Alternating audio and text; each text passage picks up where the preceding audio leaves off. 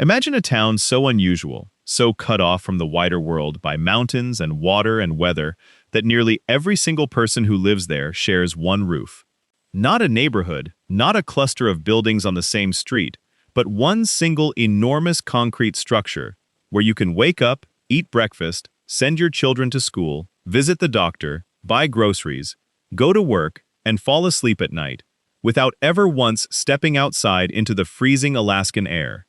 A place where the tunnel leading to the outside world is sometimes sealed shut by avalanche, where winter darkness presses in for months, and where neighbors are not people who live down the block, but people who live directly above you, directly below you, and right on the other side of a shared wall. This is Whittier, Alaska, a town of only a few hundred people, tucked into one of the most dramatic and unforgiving corners of North America. And before we go any further into exactly how daily life works for the remarkable people who call this place home, if remote and extraordinary communities like this one genuinely fascinate you, go ahead and hit subscribe right now, because we are about to walk through every detail of how life actually functions in one of the strangest and most compelling small towns anywhere on the planet.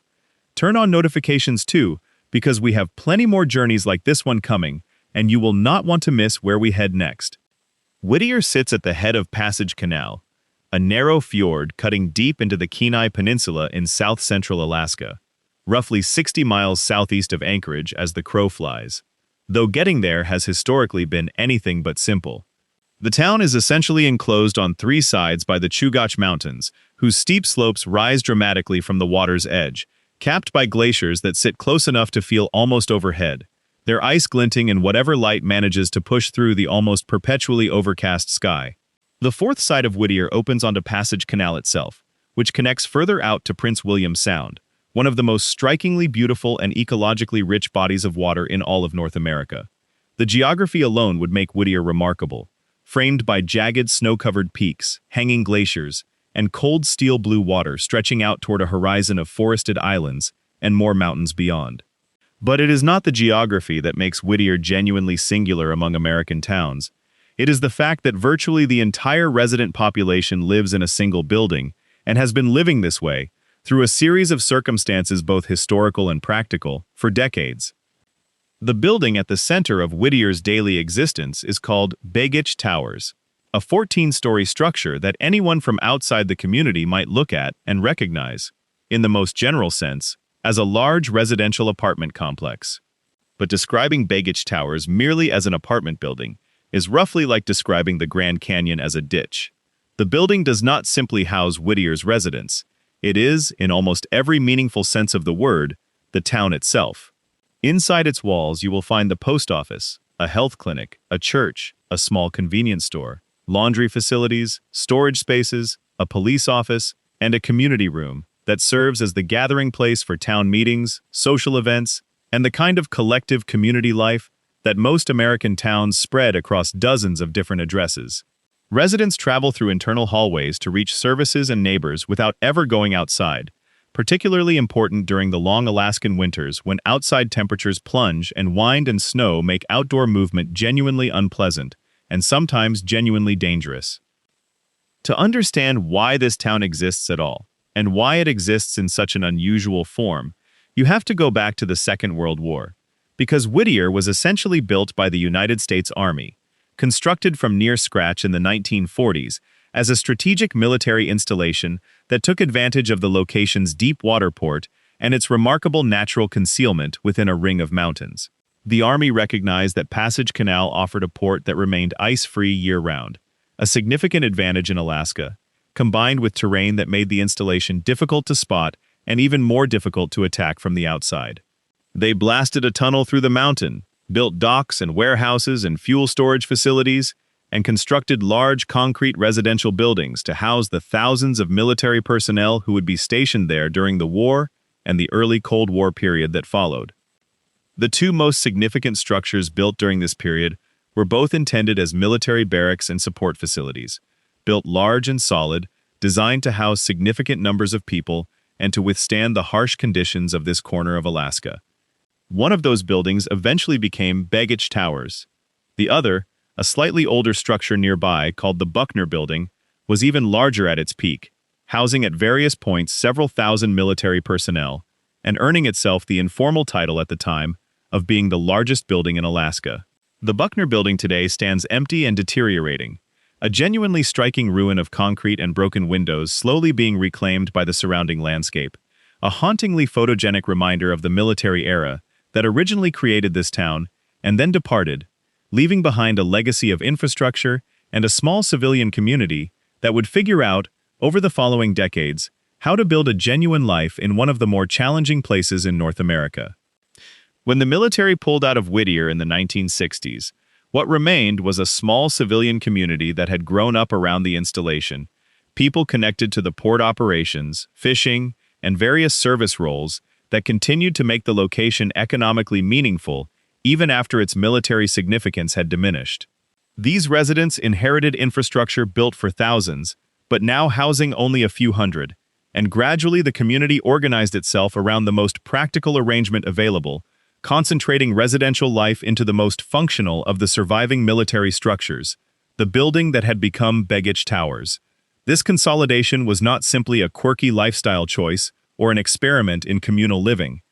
It was a deeply practical response to the specific challenges of existing in a place where the weather is severe, where avalanche risk from the surrounding mountain slopes is real and documented, and where maintaining the infrastructure necessary to support a scattered, conventional American-style neighborhood across a broad area would be enormously difficult and expensive for a population this small. Begich Towers itself was named after Nick Begich, an Alaskan congressman who disappeared, along with House Majority Leader Hale Boggs, in a small plane crash in Alaska in 1972. A tragedy that was never fully resolved since the aircraft was never found, despite one of the largest search and rescue operations in Alaskan history at the time. The naming honors his connection to Alaska and to the broader story of a state that was, during that era, still actively working out what kind of place it was going to be in the modern American context. The building's 14 stories make it visible from nearly anywhere in the town site, its concrete bulk standing in somewhat dramatic contrast to the natural grandeur surrounding it on every side. Mountains and glaciers and the cold waters of the canal, providing a backdrop that architecture of this scale and style was certainly never originally designed to inhabit.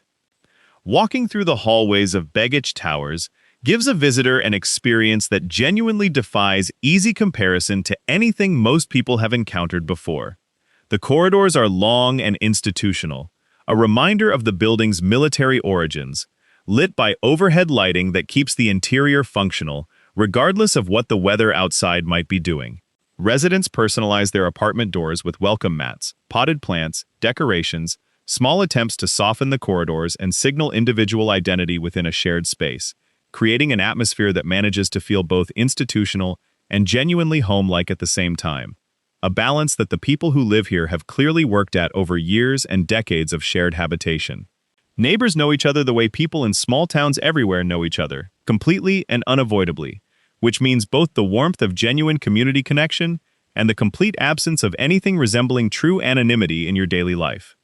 The population of Whittier fluctuates somewhat with the seasons, which is itself a significant feature of how life works here. In summer, the town swells considerably as tourists arrive to use Whittier as a gateway into Prince William Sound, to board cruise ship excursions, to go kayaking among tidewater glaciers, to fish in waters that are among the most productive in the Pacific, and to experience a landscape of such raw, dramatic beauty that simply being present within it can feel somewhat overwhelming. The summer population boost brings with it additional services, increased economic activity, more restaurant options, and the general energy that comes with a steady influx of outsiders encountering this unusual community for the first time. Winter strips much of that away, leaving behind the core community of permanent residents, a number generally estimated somewhere between a few hundred people at most, hunkered down through the long, dark months in their shared building, relying on each other and on the community structures that make genuine small-town life possible, even in such unusual circumstances. The primary way into and out of Whittier, for most of its history, was a tunnel, and that tunnel remains one of the most distinctive facts about daily life in this community. The Anton Anderson Memorial Tunnel, named for the Army engineer who oversaw its construction during the wartime period, bores through nearly 3 miles of solid mountain, connecting Whittier to the road system that eventually links up with the broader Alaskan highway network, and, from there, to Anchorage and the wider world. For most of its existence, this tunnel carried only train traffic, meaning that getting to or from Whittier for most residents and visitors required boarding the Alaska Railroad, which added both charm and significant logistical complexity to the already substantial isolation. In the 1990s, the tunnel was converted to allow vehicle traffic as well, which dramatically improved access and was a significant moment in the community's development, allowing residents to drive directly in and out, rather than depending entirely on train schedules or boat connections. However, even this improved access comes with characteristics that make Whittier feel genuinely different from almost any other American town. The tunnel operates on a scheduled, alternating one-way system, meaning traffic flows in one direction at a time, and drivers must arrive at the tunnel portal and wait for their designated entry window before proceeding. The journey through the tunnel itself takes around 5 minutes, traveling through a passage drilled through solid rock, dimly lit, with the rough-hewn walls of the mountain pressing close on every side, emerging on the other end into a landscape that opens up and reconnects to the ordinary world in a way that can feel almost disorienting if you have spent any real time in Whittier and absorbed its particular character. In winter, the tunnel schedule is reduced, access is more limited, and the surrounding mountains occasionally make their presence felt through avalanche activity that can close access roads and reinforce, in the most physical possible terms, just how genuinely enclosed this community is by its geography.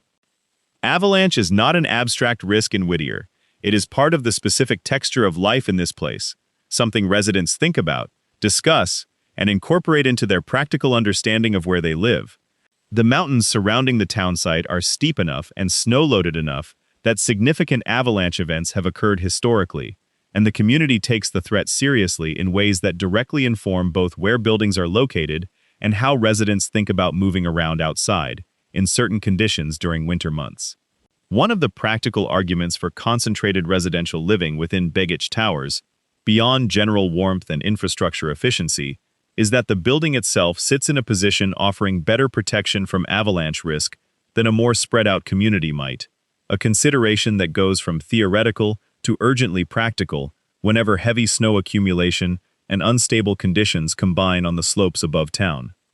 Weather in Whittier deserves its own extended consideration because it is not merely an interesting local characteristic but rather a fundamental shaping force on daily life in ways that residents discuss openly and that visitors frequently find startling.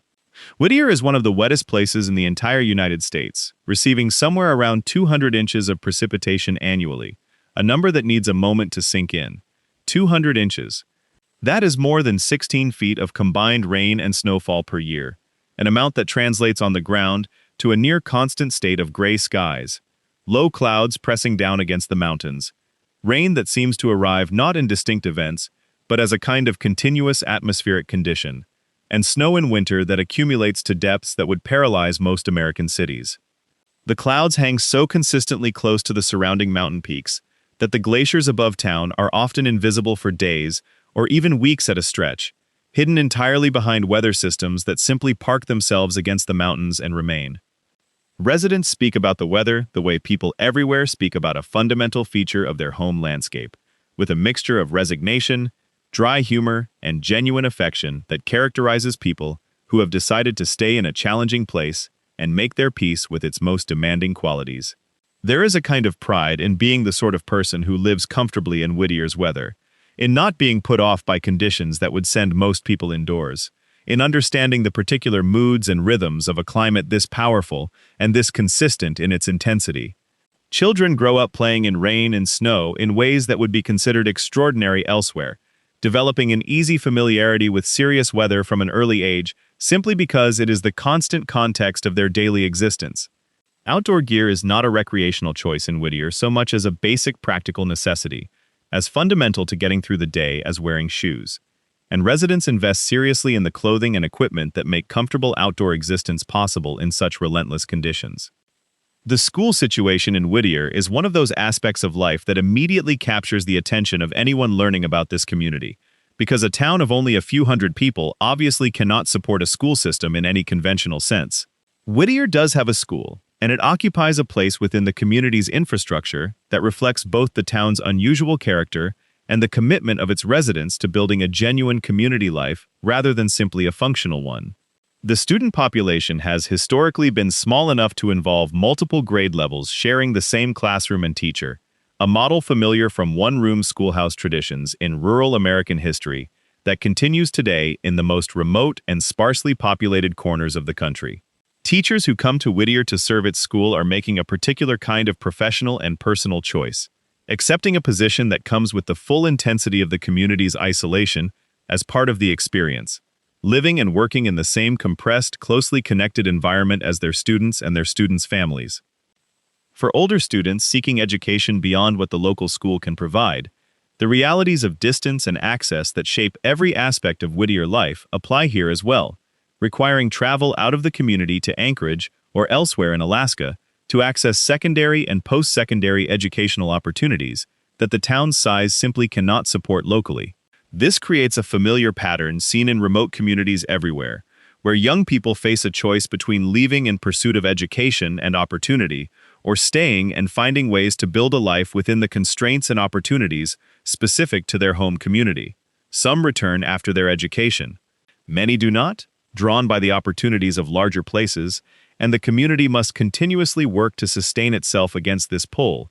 building enough genuine quality of life and economic opportunity to make staying, or returning, feel like a genuine choice rather than simply a resignation to limitation. The economic life of Whittier revolves with striking clarity around a few core activities, most of them connected directly to the town's geographic position as a gateway into the extraordinary natural environment of Prince William Sound. The small boat harbor is central to this economy, serving as the launch point for commercial fishing operations, charter fishing excursions, kayak and wildlife tour businesses, and the water taxi and ferry services that connect Whittier to remote communities and recreation areas scattered across the Sound that can be reached only by water. During summer months, the harbor fills with a mix of commercial fishing vessels, tour boats, recreational craft, and the occasional larger vessel, creating a scene of maritime activity that represents the economic pulse of the community in its most visible and lively form. Commercial fishing has deep roots in Whittier's economy, as it does throughout south-central Alaska, with salmon, halibut, and other species found in the rich waters of Prince William Sound, providing both livelihood and cultural significance for residents connected to the fishing industry. The seasonal nature of fishing creates a rhythm to economic life in the community that differs significantly from the steady year-round employment patterns of more conventional towns, with periods of intense activity during fishing season followed by quieter stretches, a pattern that suits people who have chosen this particular lifestyle and who often use the quieter periods for equipment maintenance, community projects, or simply the slower pace of life that Whittier's winters naturally encourage.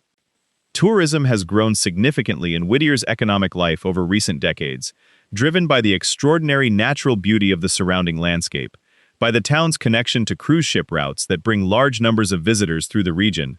and by the increasing interest among travelers in genuinely remote and dramatically scenic destinations that offer experiences unavailable in more accessible places. Glacier viewing, wildlife watching, kayaking among sea otters and harbor seals and occasional humpback whales, salmon fishing charters, and the simple experience of being present within a landscape of such overwhelming natural scale and beauty all draw visitors to Whittier and to the broader Prince William Sound region, for which the town serves as the primary gateway.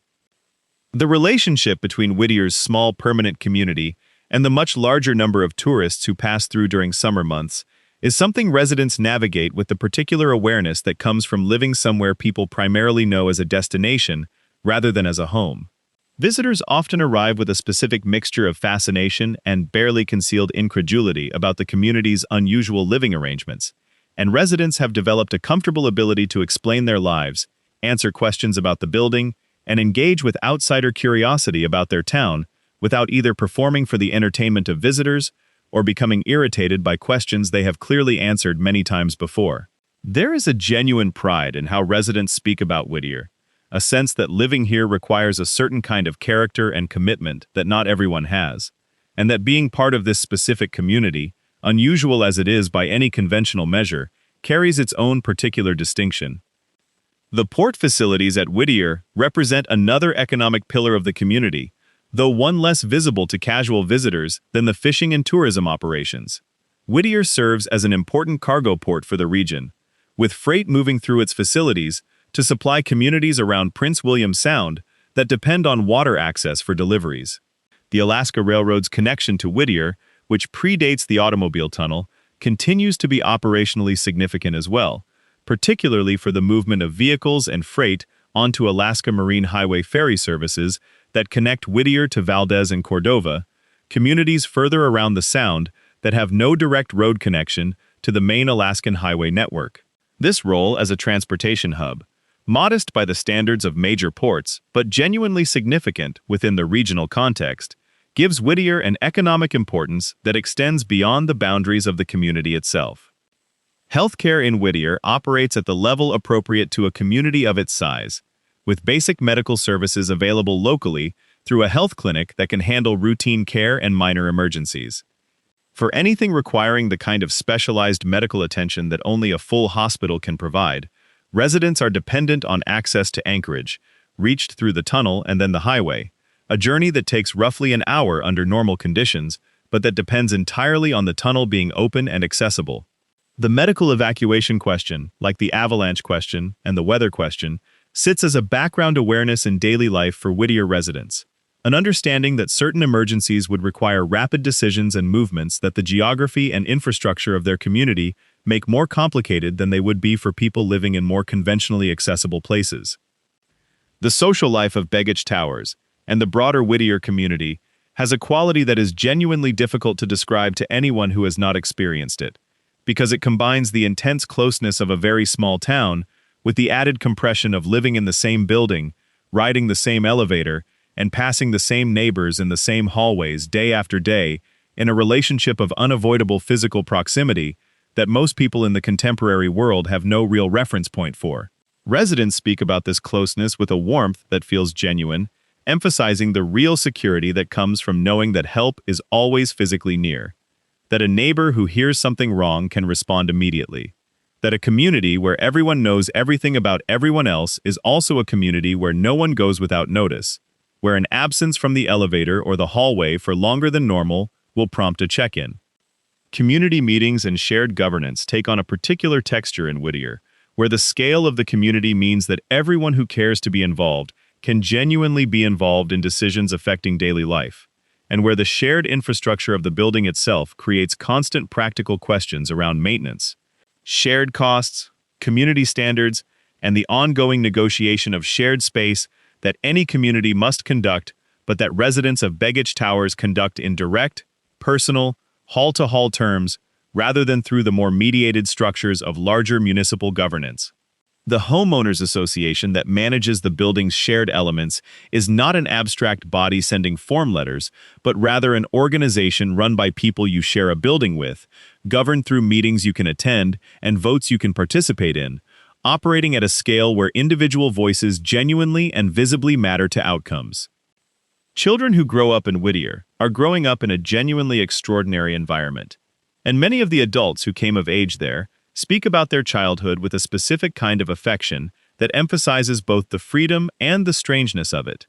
Growing up where the outdoors is always dramatic and often genuinely wild, where bears occasionally wander through the town site, where glaciers are a routine part of the landscape visible from your window, where the ocean is always close and the mountains are always closer, creates a particular relationship with the natural world that stays with people regardless of where they eventually end up living as adults. At the same time, growing up in such a small, compressed community, where the peer group is tiny and social dynamics are correspondingly intense in their intimacy, creates its own particular kind of childhood experience, full of deep knowing and the challenges that come with having nowhere to hide from any aspect of your social existence.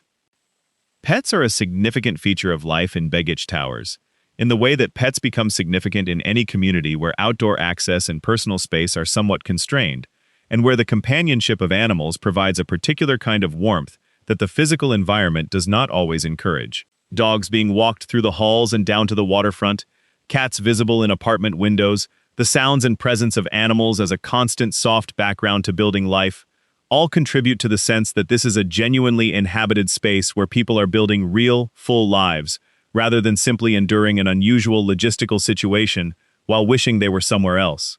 The people who are in Whittier are, with very few exceptions, in Whittier because they have made a conscious choice to be there. A fact that gives the community an underlying sense of intentionality and commitment that distinguishes it from the kind of community where people end up largely through inertia. The seasonal transformation of Whittier from winter's compressed, storm-wrapped quiet to summer's active, visitor-filled energy is one of the most striking aspects of how time moves in this community, and residents discuss the transition with an enthusiasm that makes clear how significant it feels after months of darkness and cold, and the particular intensity of a small community entirely thrown back on its own resources. The return of light is a genuine event in any Alaskan community, given the extent to which winter darkness dominates the seasonal experience at these latitudes. But in Whittier, the combination of emerging from winter darkness and the simultaneous opening of the community to tourist traffic and increased economic activity creates a particularly marked seasonal shift in the character of daily life. Streets that were quiet and nearly empty during January and February begin filling with unfamiliar faces in May and June. The harbor fills with boats, restaurants, and shops see sustained business for the first time in months, and the town takes on an energy that contrasts dramatically with its winter character. The natural world surrounding Whittier gives daily life there a backdrop of constant, often overwhelming beauty that residents come to know with an intimacy available only to those who remain through all of its moods and conditions, rather than encountering it only during the pleasant intervals. Sea otters floating on their backs in the harbor waters, curious and unhurried, watching the boats and the people, with the comfortable confidence of animals that have learned they are safe here. Harbor seals hauling themselves onto the rocks near the dock, their dark eyes watching everything with an ancient patience. Humpback whales occasionally visible from shore in summer, their blows catching the light, their tremendous bulk surfacing and sinking with a grace that seems impossible for something so large. Bald eagles perched on pilings and building edges and spruce treetops, with the proprietary confidence of apex predators entirely comfortable in their dominance of a particular corner of the world.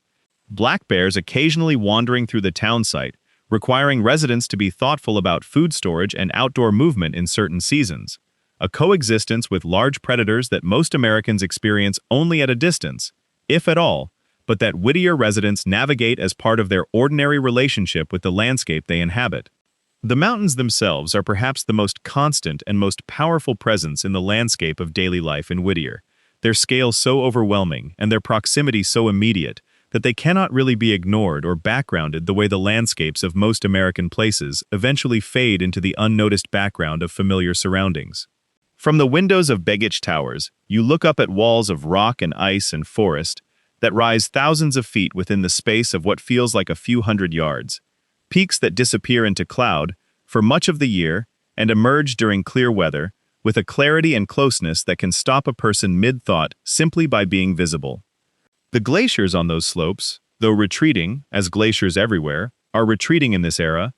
are still genuinely present, still actively impressive, still close enough that residents can watch the changes in them over seasons and years in a way that makes the broader story of climate change immediate and personal rather than abstract and statistical.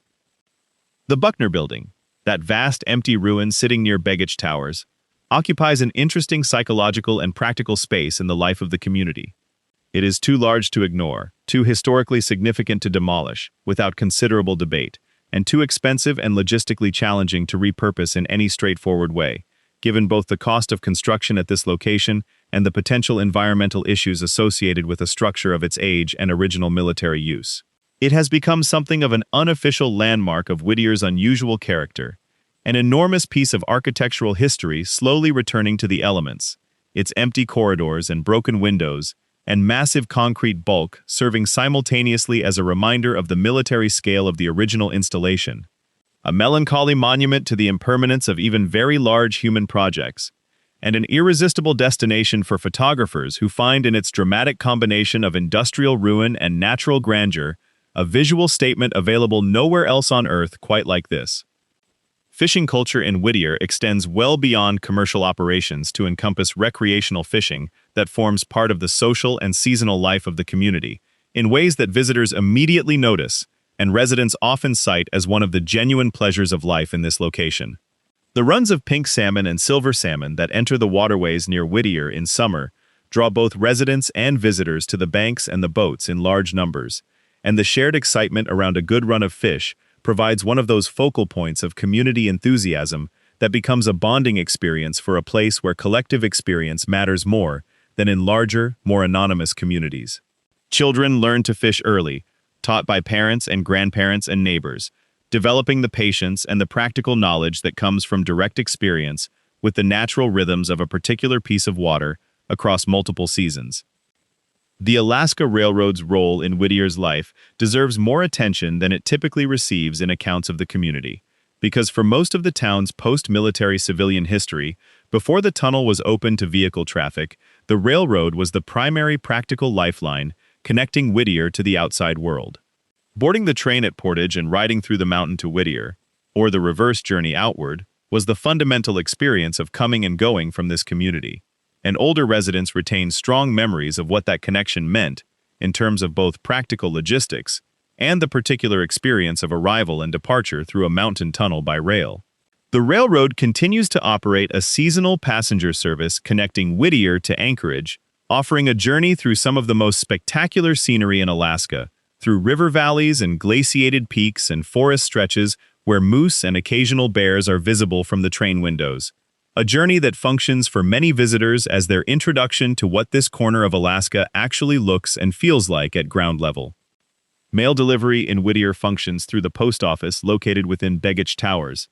a detail that speaks perfectly to the particular logic of how this community organizes itself. The post office is not across town. It is in the building. Everything is in the building, or within close enough proximity to the building, that the question of getting there in genuinely bad weather does not become a serious obstacle to living a functional, connected daily life. This compression of services into a single structure was originally a feature of the building's military design, intended to support large numbers of personnel in a self-contained fashion, and it translates in the contemporary civilian context into an unusual convenience that residents often cite with genuine appreciation when asked about what they actually like about their unconventional living situation. Internet connectivity and communication technology have, as they have in remote communities everywhere, substantially changed what daily life in Whittier feels like in terms of connection to the broader world. Where residents of earlier decades were genuinely isolated in terms of information, entertainment, communication with distant family and friends, and access to the commercial and cultural products of mainstream American life, contemporary residents can access much of that same content and those same connections through internet service that, while sometimes slower and less reliable than what urban Americans take for granted, nonetheless links Whittier meaningfully to the rest of the connected world. This change matters more than it might seem at first, because genuine social isolation, the sense of being cut off from human connection and from participating in shared cultural life, is one of the most difficult aspects of remote community living, and the ability to maintain relationships, access information, and participate in broader conversations through digital connections has made the practical experience of living in Whittier meaningfully different from what it was for previous generations of residents. Religious life in Whittier, like so much else, reflects the particular character of a very small community with diverse origins, where a single church or gathering serves a population whose religious backgrounds and practices span the range you would find anywhere in contemporary America, brought together not by shared denominational identity, but by shared community membership, and the practical realities of having access to one shared space for collective worship and spiritual community. The non-denominational approach that has historically characterized religious gatherings in the community reflects an implicit recognition that in a place this small, drawing sectarian distinctions would be both socially damaging and practically absurd, since the numbers simply do not support the kind of denominational diversity that larger communities sustain across many separate congregations. The question of why people choose to live in Whittier at all is one that outsiders frequently ask, and that residents answer in ways that collectively reveal a great deal about what genuine community and genuine relationship with place actually mean to those who feel them most deeply. Some residents came originally for work, for the fishing industry, or the port, or the railroad, or some government-related function, and stayed because they found in this unusual community something that felt more real and more satisfying than anything they had encountered in more ordinary places. Some came deliberately, seeking exactly the kind of dramatically remote, intensely natural environment that Whittier offers. People who grew up in crowded places and discovered in themselves a deep need for mountains and weather and wildlife, and the particular quiet that comes with genuine distance from urban density. Some were born there, grew up there, left for a time, and returned because the pull of a specific, known, loved place ultimately proved stronger than the appeal of easier living conditions elsewhere. And some are there in a more temporary way, passing through a phase of life spent in this unusual outpost before moving on to wherever their next chapter happens to take them. What the best of them share, regardless of how they arrived, is a sense of active, intentional relationship with where they are, an appreciation for both the genuine difficulty and the genuine reward of having made the choice to be here, rather than somewhere more comfortable and convenient. People who live in Whittier long-term are not there because they could not think of anywhere better to go. They are there because they looked at what this place was and decided it was what they wanted. With full knowledge of the avalanche risk and the 200 inches of annual precipitation, and the tunnel schedule, and the compressed community life, and the limited services and the long dark winters, and made a deliberate peace with all of it, in exchange for the extraordinary things that Whittier actually offers. That combination of hardship and reward, engaged with consciously and willingly, gives the community a particular spirit that is genuinely admirable, regardless of whether you would personally choose to live there yourself. The harbor seal pups that appear in spring in the waters near the harbor, the sea otters wrapped in kelp to anchor themselves while they sleep, the bald eagles that survey the dock from their perch with majestic indifference, the pink and silver and gold light that occasionally breaks through the clouds and turns the water and the mountains into something that looks more like a painting than a real place. These are not incidental pleasures but central reasons why people who could live elsewhere continue to choose Whittier. The natural world there is not a backdrop or an amenity. It is a constant, overwhelming presence that shapes the daily experience of living in a way that relatively few people anywhere in North America have access to, and that those who have tasted it find genuinely difficult to give up, even when the practical difficulties of the location make themselves most insistently felt. The small shops and restaurants that operate in Whittier, primarily during the summer months when tourist traffic makes them economically viable, occupy a particular role in community social life that goes beyond simple commerce. The restaurant where locals gather for breakfast is also where conversations happen that are in some sense the public life of the community, where news is exchanged and opinions are formed, and the ongoing narrative of this particular place and its particular people continues to be written in the informal daily language of people who know each other too well for pretense and who have too much shared history and shared dependence to maintain the kind of studied distance that urban social life often requires. The bar where residents gather in the evening serves a similar function, as bars have served in small communities throughout human history, as a space of collective social life where the community does something fundamental to its own cohesion, simply spending time together without a specific purpose or agenda. The wildlife viewing opportunities around Whittier have become an increasingly significant part of the tourism economy, as growing numbers of travelers seek genuinely wild natural experiences rather than the managed, mediated wildlife encounters available in more accessible destinations. Humpback whales feeding in the waters of Prince William Sound, orcas traveling through the channels between glacier-carved islands, stellar sea lions hauled out on rocky outcroppings, black bears foraging along the forest edges of the town site in late summer, mountain goats visible on the steep rock faces above town with binoculars on a clear day. All of these wild presences make Whittier and the surrounding region a genuine destination for nature-oriented travelers, whose interest in wildlife goes beyond the zoo experience to something considerably more raw and unmediated, and genuinely thrilling. Glacier viewing from Whittier offers access to some of the most dramatic glacial landscapes accessible from any road-connected community in Alaska, with tidewater glaciers reaching the sea within the range of day tours operating out of the harbor, their blue ice walls calving thunderously into the cold water, and the vast glaciated mountain terrain of the Chugach visible throughout the surrounding landscape. The glaciers are changing noticeably within the memory of residents who have lived in the community for decades, retreating in ways that are measurable and visible, and that connect the general global conversation about climate change to the immediately personal experience of watching a beloved and familiar landscape transform over years of direct observation. This living relationship with glacial change gives Whittier residents a perspective on environmental questions that is grounded in direct, intimate experience rather than abstract data. The kind of perspective that changes how a person feels about these issues, in ways that go beyond what any amount of reading or watching or hearing about the topic can fully replicate.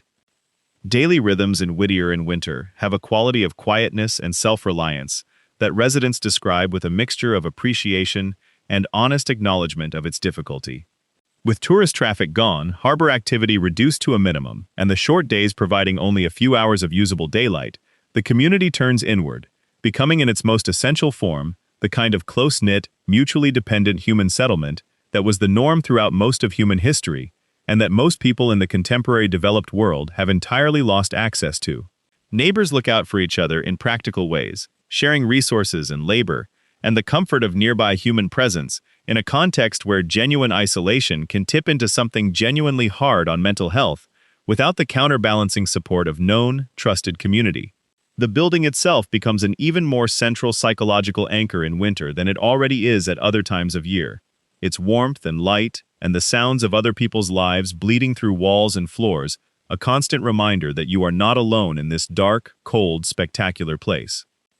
The community's relationship with the broader state and national context within which it sits is shaped by the particular experience of being simultaneously very remote and politically connected to a state and country, with significant governance structures and resource management systems that apply to the area.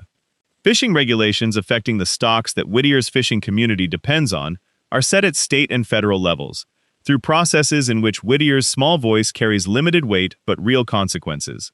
Decisions about the tunnel and its operation, about the Alaska Railroad and its service patterns, about federal land management in the Chugach National Forest that surrounds the community, all of these involve government decisions made at scales and distances that make Whittier's residents feel both connected to larger systems and occasionally quite small within them.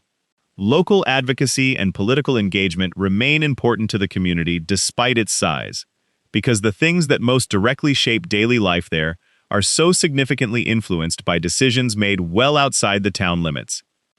The celebration of seasons and their transitions matters in Whittier in a way that feels more immediate and more deeply felt than in places where seasonal change, while present, does not carry the same weight of practical consequence. The first clear day after an extended run of overcast and rain is not merely pleasant in Whittier, it is cause for genuine celebration, for going outside and being in the light, with the particular gratitude of people who understand what its absence means and who do not take its presence for granted. The first salmon of the season is not just a fish, but a marker of time passing and of the natural cycles that organize life in this place. The first snow of the season is not an inconvenience but a transformation, turning the familiar landscape into something different and requiring a different set of behaviors and preparations. Engaging residents in a relationship with seasonal change that is at once demanding and deeply satisfying to those attuned to it. The question of Whittier's future is one that residents themselves discuss with genuine engagement and a range of perspectives reflecting the diversity of reasons people are there, and the diversity of visions they hold for what this community could and should become. Some see potential for growth, for developing the tourism infrastructure further, for attracting new residents drawn by remote work possibilities that technology increasingly enables, for building on the community's extraordinary natural setting to create something that is both more economically stable and still fundamentally true to the particular character that makes Whittier what it is. Others are protective of that character, concerned that too much growth or too much tourist development would dilute the very qualities that make living in this compressed, intense, genuinely wild outpost worthwhile, and would replace the authentic small community life they value with a more managed, more commercial version of itself, designed primarily for visitors rather than for the people who actually live there year-round through all of its seasons and moods. The children who grow up watching glaciers calve from tourboat decks, who learn to gut salmon as a practical skill before they learn to drive, who know every resident of their building by name and face and habit, who experience weather as a genuine force rather than a background condition, who grow up with bears and eagles as part of their normal landscape, are growing up with a relationship to the natural world and to genuine community that will mark them for the rest of their lives, regardless of where they eventually end up. Adults who came to Whittier from elsewhere, who chose it deliberately, and stay deliberately, carry in their choice a statement about what